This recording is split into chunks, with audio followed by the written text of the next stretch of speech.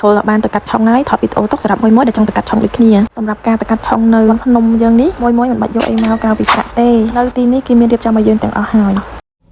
បើមានចម្ងល់គិតថាអូយើងត្រូវធ្វើមិនខ្មិចពេលដែលយើងទៅហ្នឹងមិនបាច់គិតទេគ្រាន់តែយើងជាវបត់ប្រើប្រាស់រួចហើយគឺយើងឡើងទៅលើទៅមានបងពូសន្តិសុខឬក៏ក្រុមរៀបចំកម្មវិធីរបស់គេនៅណែនាំប្រាប់យើងហើយថានឹងត្រូវធ្វើមកចោល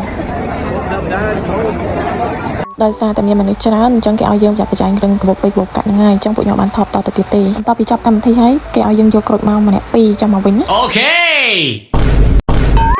យ៉ាមើលអូនធ្វើរឹក5ថ្ងៃដូចនៅមាត់សមុទ្រថាកូនគេអាកូនឯងគាត់តែម៉ែឲ្យមកដល់ឡានវិញខឹកខឹងអីញ៉ា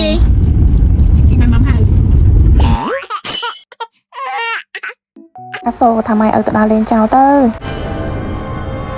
ហើយបើមួយនេះអ្នកណាខឹងអីខឹងទៅងាត់ហើយក្រូចម៉ែឲ្យយកមកមិនតាន់ទេខ្ញុំសុំកាត់ចុងដែរណាជប់ខឹងម៉ែទៅណាដាក់ខ្សែក្រវ៉ាត់ប្រយ័ត្នប៉លីសផាកអស់លុយ